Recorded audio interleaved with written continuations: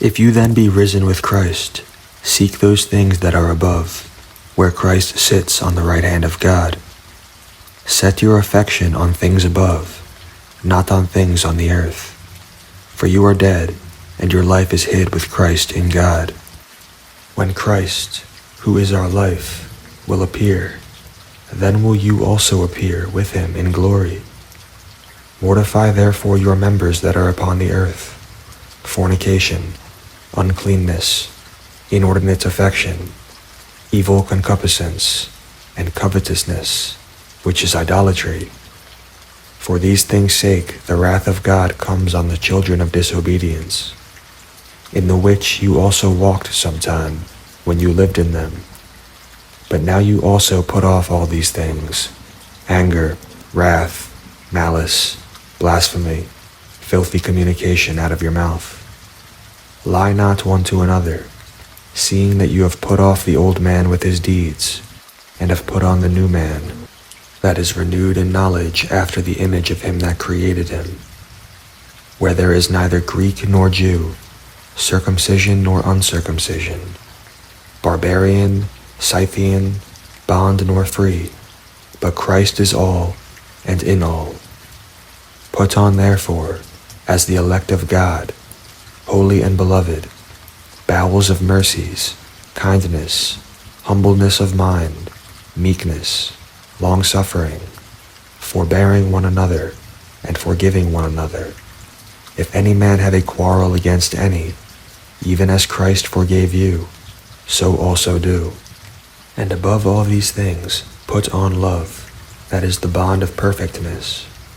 And let the peace of God rule in your hearts, to the which also you are called in one body, and be thankful. Let the word of Christ dwell in you richly in all wisdom, teaching and admonishing one another in psalms and hymns and spiritual songs, singing with grace in your hearts to the Lord. And whatsoever you do in word or deed, do all in the name of the Lord Jesus, giving thanks to God and the Father by him. Wives, submit yourselves to your own husbands, as it is fit in the Lord. Husbands, love your wives, and be not bitter against them. Children, obey your parents in all things, for this is well-pleasing to the Lord. Fathers, provoke not your children to anger, lest they be discouraged.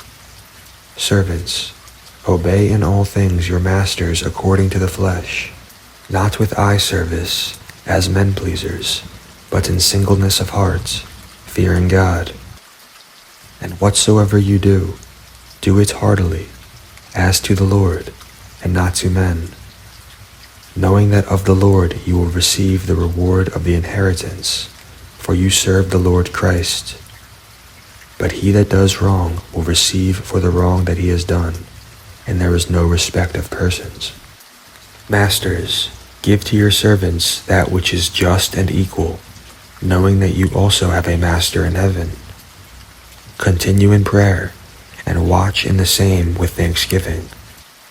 With all praying also for us, that God would open to us a door of utterance, to speak the mystery of Christ, for which I am also in bonds, that I may make it manifest, as I ought to speak. Walk in wisdom toward them that are without, redeeming the time. Let your speech always be with grace, seasoned with salt, that you may know how you ought to answer every man.